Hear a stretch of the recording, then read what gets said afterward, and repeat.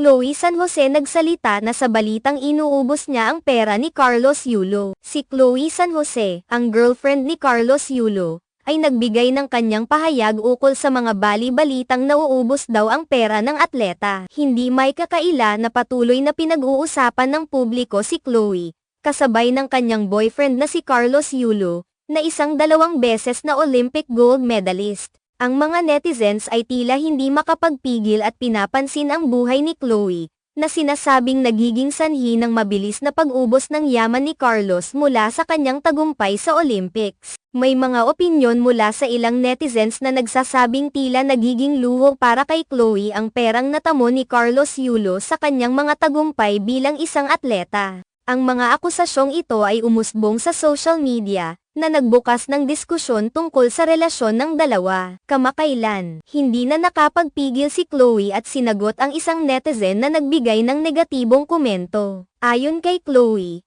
tila may mga tao talagang mahilig manghusga at magpalagay ng maling impormasyon, lalo na kung hindi nila alam ang tunay na sitwasyon. Ang kanyang sinabi ay, baka ikaw ang tipo ng tao na nagpapakasasa sa pera ng iba. Mukhang ganyan ang ugali ng mga taong hindi marunong kumita ng sariling pera at ginagamit ang ibang tao para sa kanilang sariling kasiyahan. Ang kanyang pahayag ay nagbigay linaw sa kanyang posisyon, at nagpahayag ng saloobin hinggil sa mga hindi patas na akusasyon laban sa kanya. Para kay Chloe, mahalaga na ipakita ang katotohanan at ipagtanggol ang kanilang relasyon sa mga hindi totoong balita. Ang sitwasyon ay nagbigay diin sa mga hamon na dinaranas ng mga kilalang tao, lalo na sa larangan ng sports. Hindi lamang sila naglalaban sa kanilang mga esport, kundi kailangan din nilang harapin ang mga isyong personal at mga komentong maaaring makasira sa kanilang reputasyon. Maraming taga-suporta ang nagnanais na protektahan si Carlos at Chloe mula sa mga hindi makatarungang alegasyon. Sinasalamin nito ang kanilang pagkakaunawaan at pagmamahalan sa kabila ng mga pagsubok. Ang suporta ng mga tunay na kaibigan at pamilya ay nagiging mahalaga sa mga panahong ganito,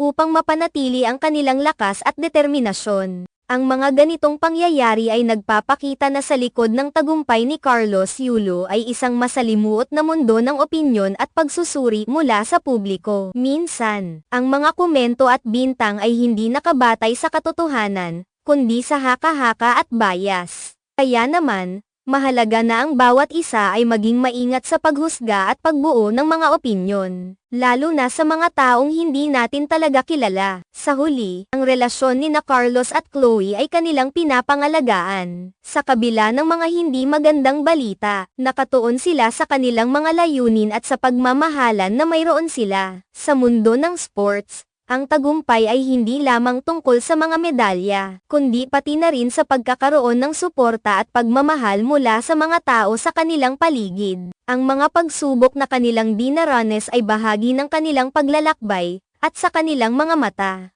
ito ay nagiging pagkakataon upang patunayan ang kanilang pagmamahalan at katatagan. Ang pagsagot ni Chloe sa mga akusasyon ay isang hakbang upang ipakita na sila ay handang ipagtanggol ang kanilang sarili at ang kanilang relasyon, anuman ang mga sinasabi ng iba.